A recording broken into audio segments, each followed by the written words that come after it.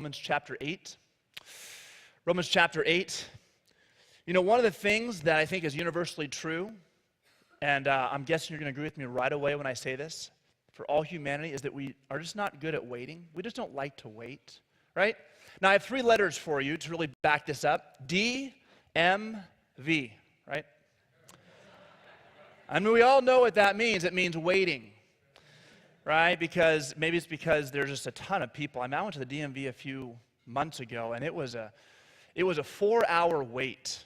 It was a long wait. In fact, they were telling me, you might want to go home and come back in 2 hours because you're going to be here for a long time. Man, it is tough to sit there and wait when you know that you've got other things you got to get done. And it's even more tough when it's hot outside and the AC is broken and there's a lot of people around you who have different body odors and aromas that protrude out. It gets really tough at that point. And then it gets even more tough when there's some people of different personality types who speak really loud or soft, or you name the flavor of person that's there. But it can become a hard thing to sit and wait through all of that, huh? I mean, you yourself have experiences every day. I mean, I can spell out the word traffic, and you can think to yourself, I hate traffic. And the reason you hate it is because you're waiting. You want to get somewhere, and you can't get there. Or I can just throw out to you who deal with health insurance companies because of your health or for whatever reason, but you know that when you have to call them on the phone, it is not exactly a pleasant conversation because there's a lot of holding, a lot of waiting just to get a simple answer to a simple question, right? We just hate waiting. And it's especially hard to wait when there are other factors coming in that make your life uncomfortable in that process. I mean, if you had lazy boy chairs at the DMV with personal massaging, I might actually enjoy the process of waiting for my window to open up, but that's not the case. And if I actually had in the traffic people on the side of the road, handing out lemonade to me, and giving me my favorite beverage and food while I was driving, I might not mind it so much, but that's not the case. In fact, you have horns going, and then usually if you go in LA, it's a lot of smog, and it's hot, and maybe if you had a truck like mine that I had a long time ago, there's no AC, and so your version of AC is 2 windows down, trying to drive quickly at a 5-mile-an-hour pace, and it just doesn't work. Right? Waiting is just hard. It's one of those things that we're not very good at, but here's the thing. While you may not put it on your calendar as like a to-do and a to engage with, you would rather keep it off your calendar. It is a very important piece in God's calendar for you. In fact, if he has the calendar of Tim up in heaven, I'd imagine he would specifically place the word W-A-I-T for this day or this season. In fact, I think he schedules it into our lives, into the moments and into the seasons of our lives, because of very powerful and important work that he does in that process of waiting. I mean, the scriptures are littered with just this call for people to wait. I mean, here's just a few examples for you. My eyes grow dim, and we all know what that means. Like you're DMV or falling asleep maybe, or even you're losing hope that actually the end will come. My eyes grow dim with waiting for my God. You see this perpetual, and it's hard to sit there and wait. And I get the feeling that this psalm was written in the time of some hardship. So it wasn't just a call to wait, it was a wait while you're enduring. I wait for the Lord, the psalmist writes, my soul waits, and his word is my hope, or in his word I hope. There's the call to wait. There's the reflection of waiting in Lamentations, and we all know the context of that, right? The city of Jerusalem has been destroyed. The exile has been taken away. Jeremiah is weeping over what went on, and here's what he says, the Lord is good to those who wait for him. Waiting is all throughout the scriptures, and there's a few of them. Here's Micah 7 and 8. As for me, I will look to the Lord. I will wait for the God of my salvation. Implication, there's going to be waiting involved. My God will hear me, even though at this point I don't hear him.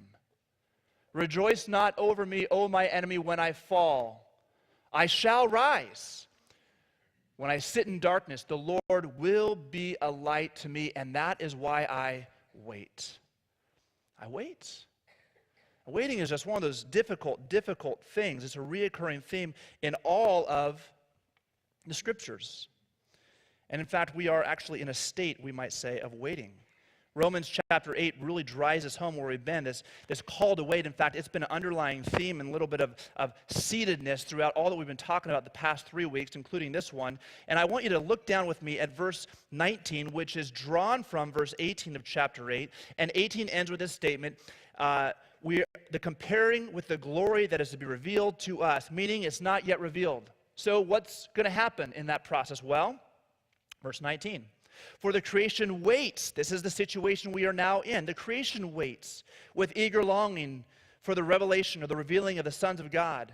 Why? Well, the creation was subjected to futility. It's not what it wants to be. Not willingly, but because of him who subjected it. We hit this a few weeks ago, or actually last week. In hope that the creation itself will be set free from its bondage to corruption and obtain the freedom of the glory of the children of God. For we know, here it is, the whole creation has been groaning together in the pains of childbirth until now. And this is where we come in. And not only the creation, but we ourselves, who have the first fruits of the Spirit, groan inwardly as we wait eagerly for adoption as sons, the redemption of our bodies. For in this hope, verse 24, we were saved. Now hope that is seen is not hope. For who hopes for what he sees? But if we hope for what we do not see, we wait for it patiently. I mean, it is just a call to wait. And that's just not something we do very well. We just don't wait very well. But here's the point that I think I want you to understand that drives this whole message this morning. And you've got to get this down. It's that experiencing God's best is connecting to our ability to wait. Experiencing God's best is connected to our ability to wait, but we don't do it well. So I want to spend this morning, and I think our text moves us this way, to helping us learn how to wait, how to become good at waiting. I mean, that's a real important skill for us to have, especially if we're in a state of perpetual waiting, but then the world kind of calls us to wait in special instances. Wouldn't it be good for us to take some time to become good at waiting? That's sort of where Paul is directing our attention in Romans 8, these last three verses, verses 23, 24, and 25. And so let's take some time to really think about this for ourselves. Let's start with the first two verses of that three-verse section. Verse 23, he starts with this way. And not only the creation, drawing us back to the state the creation was in, it's in the state of groaning and waiting.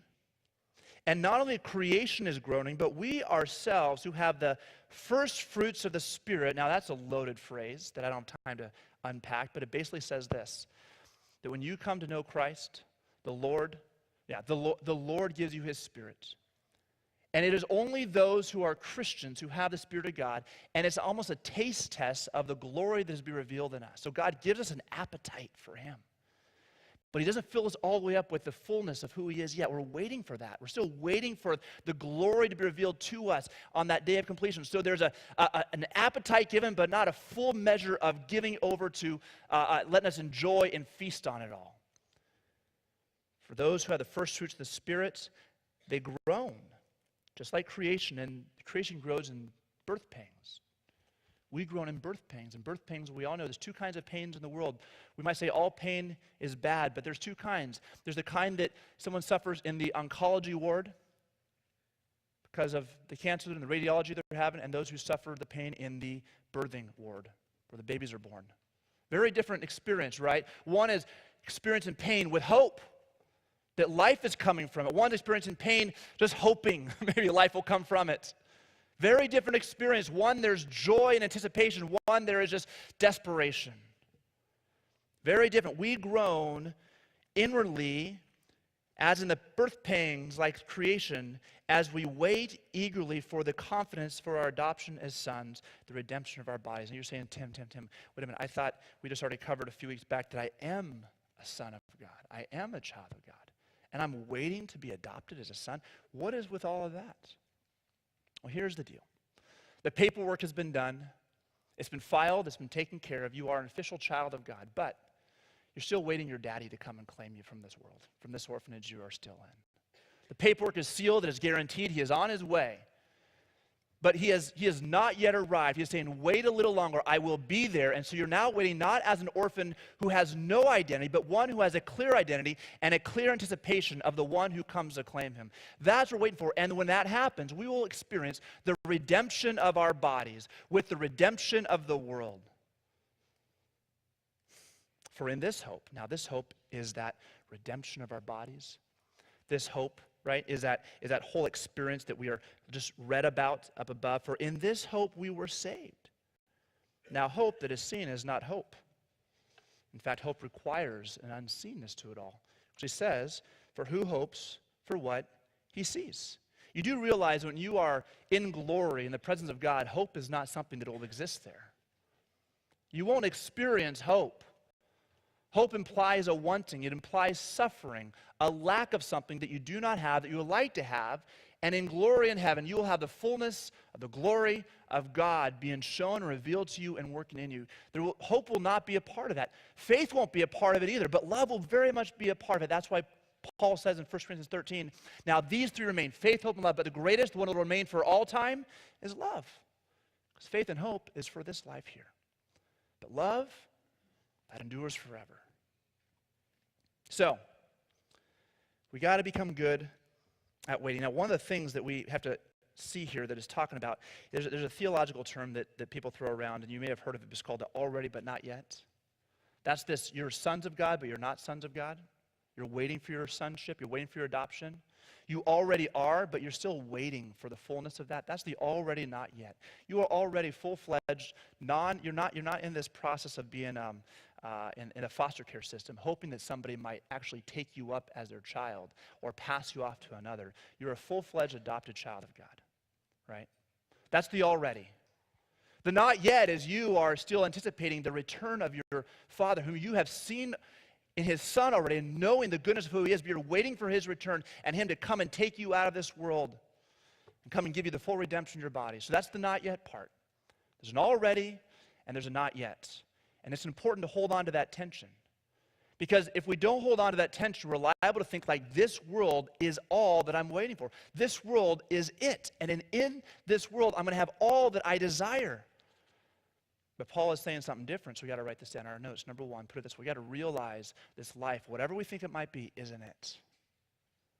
This life isn't it. Now that's an important just thing to process. And I put it there because whatever you want to put in that word it, this world is my hope, this world and marriage is my hope, this world, whatever it is that you put in that word it, this life and my experience in this life of a job or a relationship or you name it, or lack of suffering because of health issues, you got to realize that this is not it. This isn't it.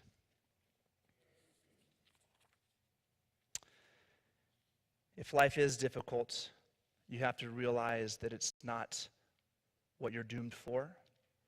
If life is good and pleasant, you got to realize that it's not what you're hoping for. Both sides of the coin have to understand that.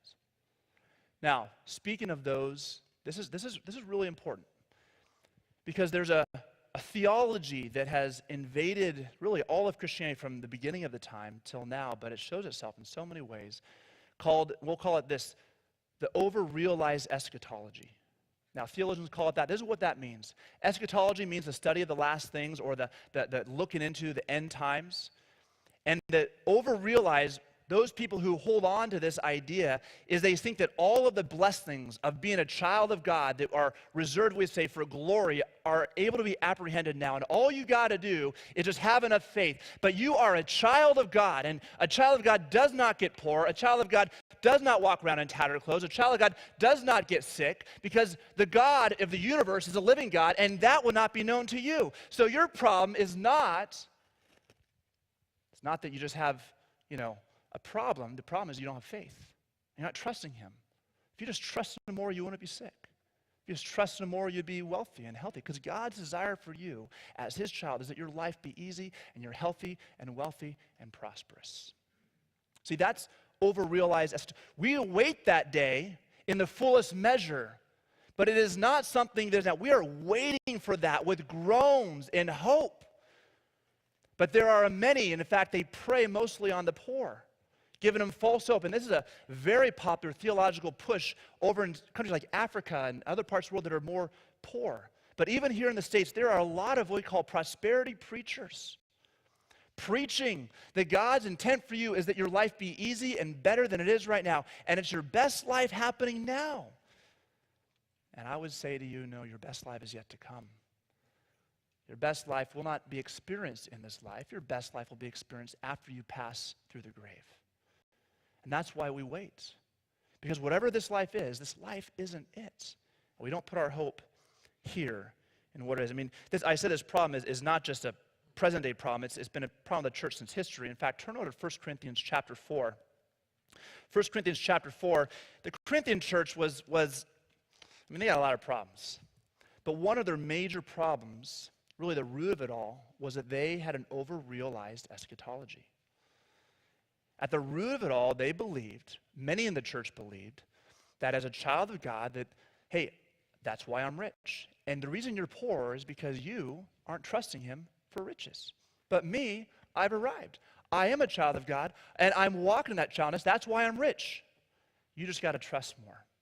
So it creates some divisions in the church and a bit of a spiritual pride that's going on. In chapter 4, Paul kind of confronts it head on. He says in verse 8, already you have all you want. Already you've become rich. Without us, you have become kings. And would that you did reign. Oh, I wish you did, so that we might share in the rule with you. For I think that God has exhibited us apostles as last of all, like men sentenced to death, because we have become a spectacle to the world, to angels and to men. We are fools for Christ's sake. But you're so wise in Christ. You have all the answers. You're writing the self-help books. We are weak, but you're strong, right? I mean, the world wants to look like you. They're not really knocking at our door to look like us. They respect us but don't want to be like us. But you've got the lifestyle, and you're toting it around and making more money off of how you can make their lives better. You're wise, you're strong, and we're weak. You're held in honor, but we're in disrepute. To the present hour we hunger and thirst. We are poorly dressed and buffeted and homeless. And we labor working with our own hands. Now we might say, well, because you don't trust God enough, Paul. See, and Paul's saying there's just a problem with your perspective, and there's a spiritual pride going on in your hearts. He says, when reviled, we bless. Here's the posture. We revile, we bless. When persecuted, we endure. When slandered, we entreat. We have become, and still are, like the scum of the world, the refuse of all things. Though Paul will say very clearly that I am a child of God. I am a child of God. And yet I am the scum of the earth. I go around poor. I am weak. Do not be confused about this. This life, whatever it is you're experiencing, isn't it. Here's what I wrote down, and I want you to write this down also. Don't wrongly think that earthly prosperity is a greater blessing than earthly poverty. Don't wrongly think that earthly prosperity is a greater blessing from God than earthly poverty. For starters, just keep in mind all the ways in Jesus' own life that he warned about riches. I mean, there you go. The parable of the sower, it is riches that choke the seed from bearing fruit. The rich ruler, how hard it is for the rich to enter the kingdom of God. You would say, wow, but the Lord has blessed them. So has he blessed them more than the person who's poor? Who in that list that we were talking about in 1 Corinthians 4 is more blessed by God? The ones who were claiming to be wise and rich and had prosperity, or Paul, the scum of the earth, the weak one? Who's receiving the most of God's blessing there? I mean, the implication that we're understanding as we read this is Paul. Paul is the one who's blessed there, and in fact, Paul totes that around. So don't you dare don't think that earthly prosperity is a greater blessing than earthly poverty. Let me have you turn actually over to Philippians chapter 3. I mean, here's a great heartbeat of Paul that ought to be for us as well. Philippians chapter 3. Now, Paul is talking about his experience, his life, and what he once was, and comparing everything. And he says, hey, all that stuff is a loss compared to me. In verse 10, he says this. He says, I want to know him, that is Christ, and the power of his. If you have a Bible and it's open, circle the word his, because there are two kinds of resurrections. Daniel chapter 12, verse 2 talks about it. Revelation chapter 20, 21 deals with this also. There's two resurrections. Resurrections for the unrighteous, resurrection for the righteous. I want to share in Christ's resurrection. I want to share in his resurrection. I want to share in that power of his. Oh, I want that power of resurrection, absolutely. But the next statement is a little bit difficult for our flesh to grab onto. And may share And the word there for share is koinonia, which really means and to fellowship, to sit with, to pass stories back and forth, to engage, but share is a good word because you're actually giving to each other both, like you're giving what you have to the other person. I want to receive, Jesus, what you have to give, and you're giving to me suffering. I want to enjoy that. I want to take that from you. I want to share in your sufferings, becoming like him in his death. Now, let me just pause right there real quick. Let me just help you picture this scenario. So I was at McDonald's several years ago, but I remember I was there with some seniors in high school, and we were having a Bible study.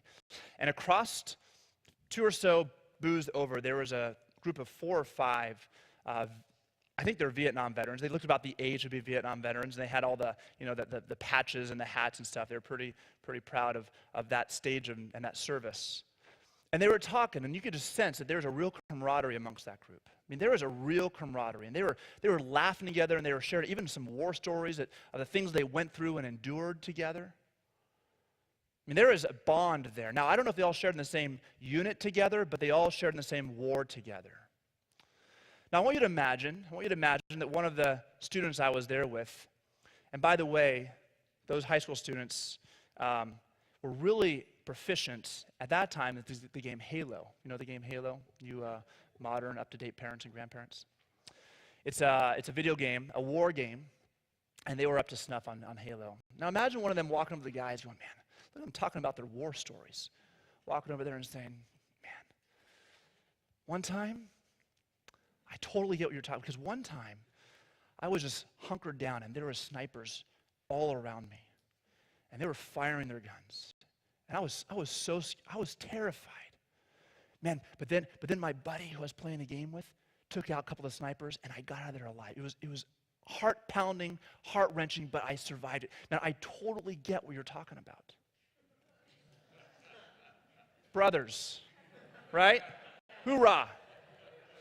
They'd be like, you have no idea what we're talking about. Jesus suffered. He suffered.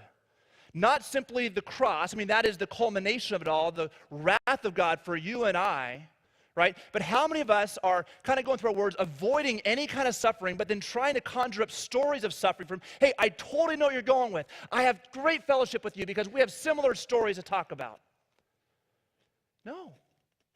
Because I avoid suffering at all costs. I won't speak up for your name in a public setting. I won't give up more of my finances to see the gospel expand because I want to make sure that my home is always safe and secure for me. I will not go down any road that might be uncomfortable for the sake of your name. But I conjure up in my mind ways in which I have suffered for you. See, Paul says, I want to fellowship in his sufferings. I want to fellowship in his sufferings. See, there's the blessing. There's a blessing right there. He says, becoming like him in his death. Now, I remember, I got married late in life, and I remember kind of having war stories with another single person later in their years. This was a RA over at Biola, and she was, obviously over a number of girls there. She was, I think, about 30 years old, and the students she's with are in their 20s, and she goes, this is my burden to bear. My burden is that all these girls here, I know they respect me. But no one wants to be me. No one wants to be in my place. They don't want to be single at 30.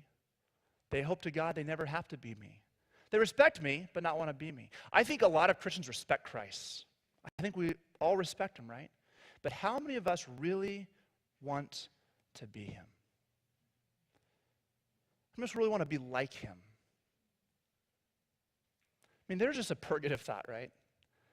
That'll really kind of reprioritize so many things as we think about it that way. And even as we walk to the different venues we go into and how we take stances or non-stances, you name it. Lord, I don't simply want to respect you and convey respect for you. I want to be like you. I want to step in the same spots you stepped. I want to shake the same hands you shook. I want to give money to the same places you gave money to. I want to suffer for things you suffered for, and I want to not suffer for things you didn't suffer for. And then Paul says this. I want to become like him in his death, that by any means possible I may attain the resurrection from the dead. Now, some people, that confuses, oh, I thought we're already secure. What is he trying to attain the resurrection from the dead? Jot down 1 Corinthians chapter 9, the last verses of 1 Corinthians chapter 9. Paul there says this, and I'm going to just kind of paraphrase, but he basically says that he beats his body and he makes it his slave so that when he has completed his course, he will not be disqualified for the prize. Is Paul saying he's going to lose his salvation? I don't think that's where we're going. But he's indicating the exertion, the intentional exertion required by you to choose to engage in order to have that fellowship. You have to make the conscious, intentional decision to engage. It's not that, well, suffering will happen to you, Pastor. You can't avoid that. But there's a conscious decision that you engage that will cost you something, and you want to beat your body because your body will resist in every way possible. It'll make every excuse it can to get out of that situation. And you've got to say, no, body, you are entering into that because it's an intentional decision you make in order to share in the fellowship and the sufferings of Christ. I beat my body and I make it my slave so that when I've completed the course, I will not be disqualified for the prize because I ran. Oh, I preached from the distance, but I ran when it got hot. Oh, I voted, right? And I've checked off. I'm a good Christian, evangelical Christian on the box, but man, I have no example of Christ in me because when the going got tough, I got going. So you can do ministry, you can do a lot of ministry without really desiring to look like Christ and fellowship with him. You really can. That I'm in some way possible that I'm going to give all of myself into this because God doesn't just say, you did it, so now you sit back and be passive. He says, you now engage this salvation I've given to you. Philippians chapter 3, a great passage to move to. In fact, over here, the invitation to be conformed into the image of the Son is an invitation into suffering. It's an invitation into suffering. In fact, 1 Peter 4 puts it like this. Since therefore Christ suffered in the flesh, you got to arm yourselves with the same way of thinking. For whoever has suffered in the flesh has ceased from sin, so as to live for the rest of the time on this earth, no longer for human passions, but for the will of God. Making that intentional decision that suffering is not what you run from, but you actually are willing to engage into for the sake of Christ. It means when the temptations of sin, because sin is always a matter of maximize pleasure, minimize pain. If there's pain involved, it must not be good. If there's discomfort involved, it must not be good. And God, you would never want me to suffer. No. I arm myself with the same mindset of Christ. The same mindset of Christ. That he suffered, right? So as I take on that mindset, I will not live for sin. I already have a battlement against it. We need to realize through thick and thin that this life isn't it. It just isn't. Let's make our realistic eschatology. We're in a state of waiting for what is to come. And we're not waiting for hope. We're waiting in hope, right? We're not waiting for hope to come. We're waiting in hope, which going back to Romans chapter 8 is where he takes us. Verse 25. But if we hope for what we do not see, now hope here, keep in mind, biblical hope and worldly hope. Biblical hope is the confidence, a surety. Worldly hope is the finger crossed, oh, I hope so. I hope so. You might say Christian hope is I know so, and so I'm going to wait for it. So he says, but if we hope, have confidence for what we do not see, we wait for it with patience. Now, that word patience is a loaded word. Now, there's two Greek words to describe patience in the Bible, okay? I'm going to have to look at my notes here to make sure I get the right names. Themia. Macro is the word for big, large, right? Themia is this idea of pain. You have a large threshold for pain. Something kind of keep beating on you, and you're like, I can, like Rocky Balboa, yo, Adrian. You know, you can just take it, right? You keep getting back up and going at it. Someone insults you, and you can take the insult without blowing a casket and flipping your lid at them. You have a big threshold for pain. You can take the pain, macro pain. The other one, though, is what is used here, and that's hupomone. Hupo means under, and mone is to remain. The picture you might have is like of a donkey with a huge, donkeys are incredible beasts, huge loads on their back. I mean, donkeys can burrow huge amounts of load. And there's this massive load, and you're thinking, how does his tiny legs hold up in that? And yet that donkey takes a step, keeps going and going, right, down the Grand Canyon, back up. How does it do it? See, it remains under the burden. It remains under the load. It doesn't try to get rid of the load. It remains under the load. That's the one here. Says, we wait for it with patience. Hupomone. I'm not going to try to throw this load off. I'm not going to try it off because I have a lot of hope of bearing this load, what it brings about. So, number 2 in your notes, let's put this down. You need to own your burdens with hope-filled endurance. Own your burdens. I might even say own your load with hope-filled endurance. See, that word patience is like that endurance part. The athlete who can carry more weight and keep going the same distance. That's what you're building up, that hupomone when you go for a run and lift weights, your ability to carry more of a load without crying uncle. We need to own your burdens with hope-filled endurance. And here's Paul kind of describing his experience in Philippians chapter 4. Next slide. I think it's next slide. Philippians chapter 4. Nope. I'll just turn to it then. There we go. Paul says, I know how to be brought low. There's a certain kind of load, right? You're being brought low, and I know how to abound. That's a lighter load. I've experienced both loads. In any and every circumstance, I have learned the secret of facing plenty. There's a light load. And hunger. There's a heavy load. Of abundance, there's a light load. And of need, there's a pretty heavy load, right? And you might add to that list a whole lot of other things of abuse and torture and you name it, right? He's endured those loads. Next one. He then says, I can do all things through him who strengthens me. Translation, I can endure any load through him who strengthens me. I can endure any load. Any load you give to my back, I can endure that. Not because I'm so great, through him who strengthens me. How does he strengthen you? Hope. I'm coming for you. I'm coming. Not, oh, I hope so, but guaranteed hope. We got to bear our own burdens. Own our own burdens with hope-filled endurance. Now, the kinds of loads that we carry, the kinds of loads that we endure, I mean, it varies from person to person here. There's seasons of heavy loads. There's seasons of light loads. There's, stages that we go through that have different kinds of loads attached to them and different ways they look. If you're a student in here, right, the loads you carry around you is the load of obeying, perhaps even when parents are not exactly, you feel they're being fair. There's a load. I don't feel this is just, but the load I got to carry now is to obey, right? School, you have a certain amount of pressure that comes from friends. There's a load the Lord has put on your back, right? For the name of Christ. Will you bear that load, or will you cry uncle and say, I'm getting this load off me. I'm not going to let people ridicule me or look down on me or whatnot. When you get out of high school, out of college, and you're starting to wonder like me for a while, why am I still single? My mom could have answered that one for me, but I was wondering the question, why am I still single? Right? That was a load. It was a load because you had unmet desires, unmet plans, and I felt like I was behind schedule. To feel behind schedule is a load that you carry, isn't it?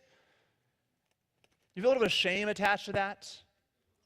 A little bit of, just in terms of just feeling like a human being, an adult, you don't feel like there's a load to that.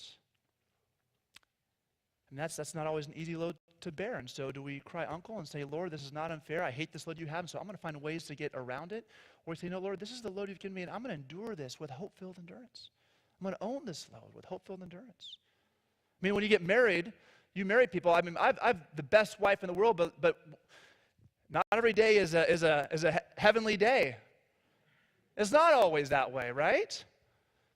And you'll find as you get married, and when you get out of that state of singleness, you'll find in the other person that there are things that you wish that they had, and you're going, well, there's a load now I got to carry because of perhaps their worry, or because of their anger, or because of their bad money management. There's a load we now have to carry together, and I've got to own that part as well.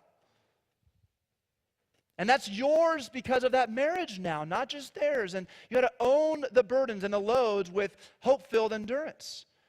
Then you come to the end of life, or later in life, your parents are starting to get, older in years, and gosh, how do I manage like my parents as they're passing and caring for them?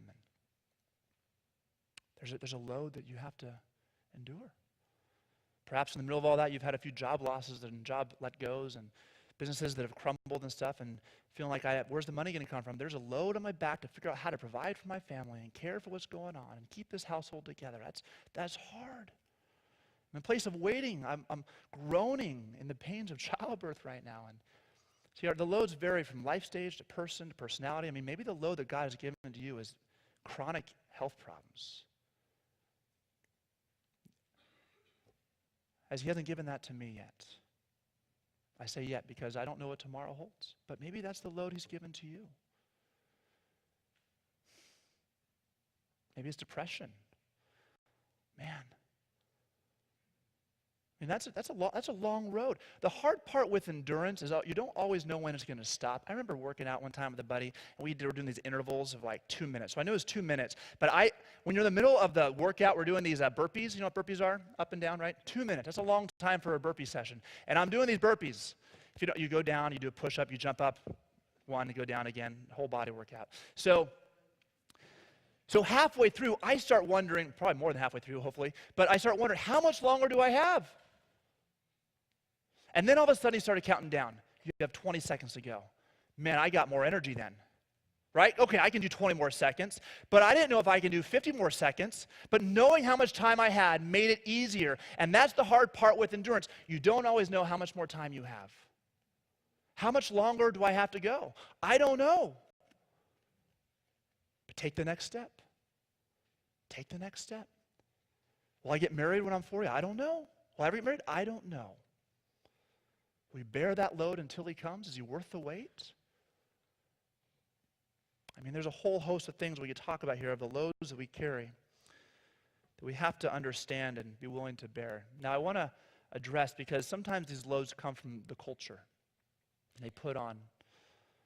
We experience the loads as we go into politics, as we see decisions being made in the government that we now kind of feel on us. And I just want to address one that just recently surfaced. And I've sensed the weight bearing on many shoulders through an email that I got. And I just wanted to bring it up. Now, I got the permission of the person who sent it to me to kind of use one of the pieces they have in there. But recently Target passed, right, this bathroom law, right, that anyone can just gender identity go into a restroom of their choice. Now, a lot of us are concerned about that. A lot of people are concerned about that, and no doubt there's a lot of fear. But I got this email, and there's a little kind of a blogish or statement post. I want to read that to you and then make some comments to help us see what does owning our burden with hope-filled endurance look like on that level too. Here's what is said in that little blurb. Target will now allow bathrooms and fitting rooms to be used by anyone claiming that particular gender identity, which of course means even a man can claim to be a woman and go into the woman's restroom while my wife and daughter are using it. Target says everyone deserves to feel like they belong. With this new policy, we don't feel like we belong. We like shopping at Target, but will not shop there while Target holds this position. Please let Target know through various methods that conservative Christians will not allow the vocal immoral to shape our culture. The liberal voice is loud and pushing on us daily. I think we need to get loud and push back. Okay. I get it. There's a lot of fear attached to these, right? What does this mean for the future? What does it mean for the next law that's passed, the role that's moving down the hill? What does it mean for my children and their world they grew up in? You know, both their safety and the context of the culture that is speaking truth to them. I get it. There's a lot of fear, and this is a load. You can see that they're pushing on us, the load, right? And we feel it at times. And so what do? How do we respond to that? What does it look like to respond with hope-filled endurance? I've read a lot of blogs on this, and they're all kind of fear-based. And this really kind of drives up our fear, right? I mean, fear is really the first emotion that we tend to feel with relation to this, especially when we feel pushed around. But there's one passage of Scripture I think that really speaks to this. And I want to have you look at it on the screen, just talk to you about that and make a few additional comments below that. Hebrews chapter 12, 1 through 3 says, therefore, since we're surrounded by such a great cloud of witnesses, let us lay aside every weight and sin which clings so closely. Let us run with, there's hupomone right there, endurance. Hupomone, the race that is set before us. Look into Jesus, who's the founder and perfecter of our faith, who for the joy set before him endured the cross. The cross was given to him. He didn't go seeking it out. It was put on him through cultural injustice, cultural decisions. Endure the cross. He despised the shame that came with that, saying, that shame is actually my servant. And we see in the resurrection it was, wasn't it? The Father vindicated the Son. And the Son did not have to fight for his own vindication in this process. The Father did that and is seated at the right hand of the throne. Look at him, of the throne of God. Last one, verse 3. Set your minds on him. Set your eyes on him who endured hupomone, the same hostility from sinners that you are. This is the thing that you and I are. The same hostility that you and I are. So that you may not grow weary or faint-hearted. See, when we read things like that, we get weary. It's like, how much longer? How much longer? The fear creeps in. Fear is a draining thing, isn't it? I mean, how draining is fear? People who are full of joy and the fear isn't there, there's a lightness to it all, right? In fact, it's life-giving and energy-giving.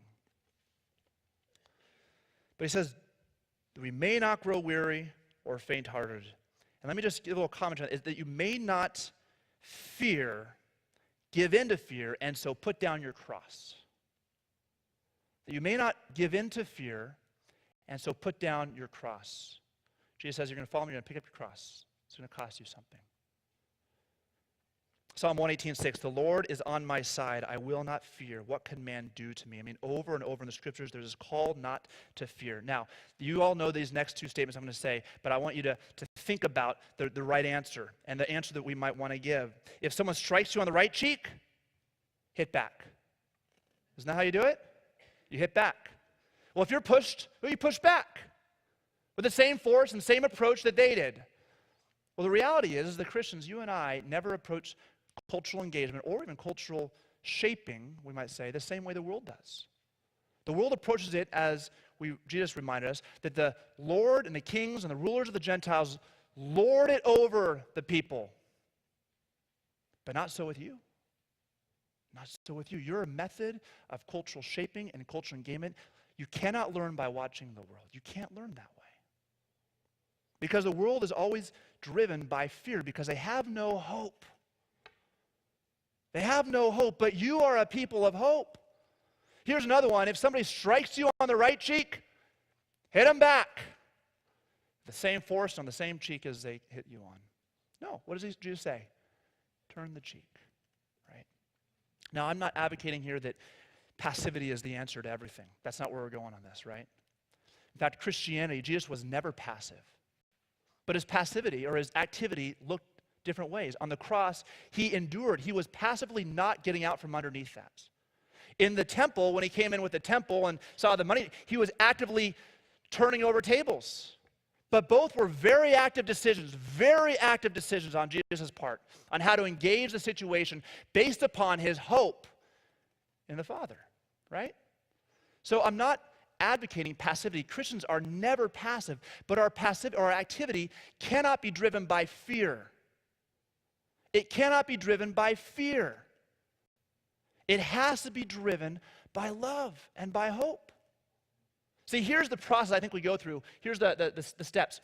We hear of something and we panic. Then we complain. Then we pray.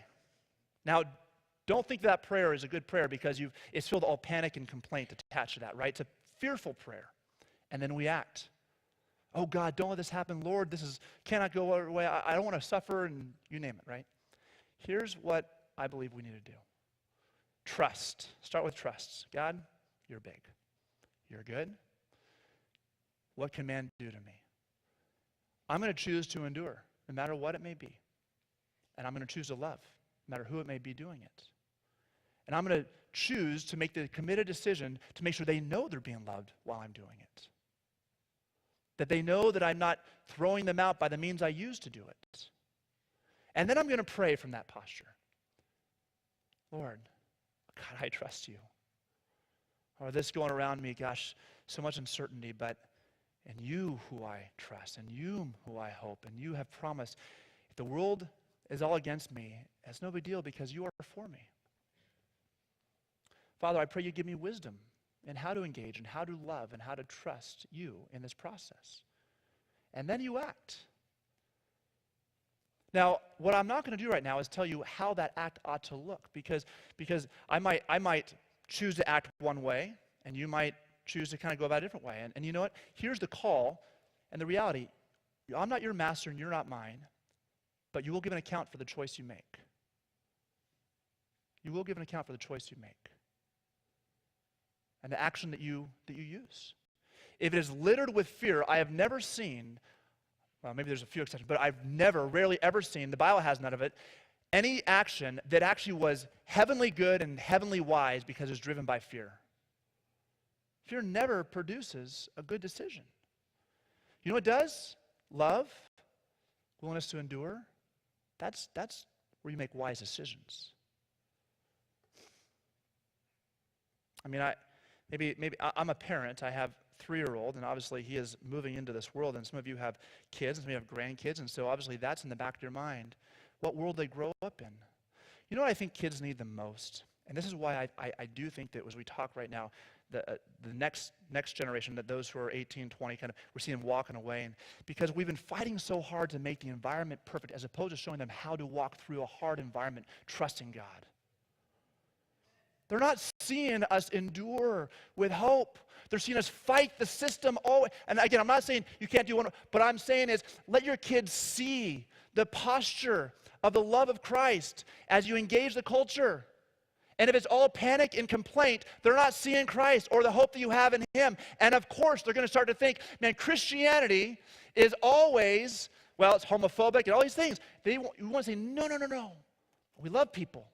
You hold to the truth, right? But you want to teach your kids how to walk through a challenging world, not how to change it necessarily and make it conform to your standard, but how you walk through it. Because until the day you die, this world, you will have troubles. You will.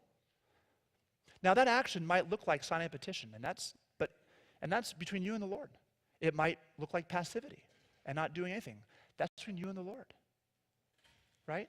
And if you choose to sign, I just want to say, do it out of love. If you choose to be passive, endure in love. If you make a phone call, endure in love. I mean, that's the rubric by which you do it. My concern with that statement by Target or that person was I just didn't see love in the comment. They push us, we'll push back. Well, wait a minute. Our tactics are different. They push. How do I respond? The starting place is to look to Christ. The starting place is not let fear be the drive. Now, you will not hear from me. You will not hear from me saying, how dare you made a phone call, or how dare you didn't do anything, or that's not, because your master is the Father, and He's going to call you to account no matter what. He didn't call me to account for my choice. And so I got to go to Him and say, what is it that it needs to happen here? Not because I'm afraid for my kids, because I'm confident in your protection for them and me and this world. So we have to bear our own burden. The burden sometimes is a community thing, sometimes it's an individual thing, with hope-filled endurance. And this world is going to offer us all kinds of flavors we'll have to endure and lows to endure under, personalized and corporate-wise. But the call that we always have is we are in a place of waiting. We are called to emulate Christ as Christ would want to be emulated. We are called to live this world without fear and trembling before the world, but fear and trembling before the Lord. We're called to uphold the truth while making sure we are persistently pursuing the lost and making sure they know that we're pursuing them in love. That is our challenge as a congregation, and we'll do it poorly at times. Sometimes we'll err on the side of passivity, sometimes we'll err on the side of overactivity. There's a lot of grace on both, and the Lord is going to get us to completion, even if with our blunders along the way. So that's a good thought, right? But Lord, I want to walk in step with you as best I can. And I hope we all have the same prayer. Let me pray. Lord, I thank you that you, Lord, in this world we will have trouble, but take heart. I've overcome the world. Lord, basically you're calling us not to make our decisions out of the fear that this world can take things away, but the confidence that the world can't take it away because you have secured it in Christ. Lord, even those things in our world as we feel like cannot be enjoyed in the world to come, Lord, how big do we see you being? How full do we see your joy encompassing? Father, I pray we'd be a people who embody hupomone, who embody patience in the waiting. I pray that we would be a people who pray when we're concerned, but we would let those concerns translate to thanksgivings in our prayers. Father, I pray that we would be a people here also whom the world knows, loves. We love them because you love them. But Father, help us manage that tension that there exists, Lord, in holding to what we know to be true and yet really wanting to reach people who hold it differently. Give us wisdom, Lord. We need your wisdom. And all God's people say, amen.